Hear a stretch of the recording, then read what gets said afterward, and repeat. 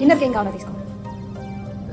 ఆయువై నువ్వు ఆశవై ఓ ఘోషవై నువ్వు వినపడవా ప్రతి రాత్రి నువ్వు రేపటి ఓ రూపమై చెలి కనపడవా తీయని ఈ హాయిని నేనేమని కానగలను ధన్యోస్మని ఈ జన్మని ఈ కంకితం ముడిపడగలను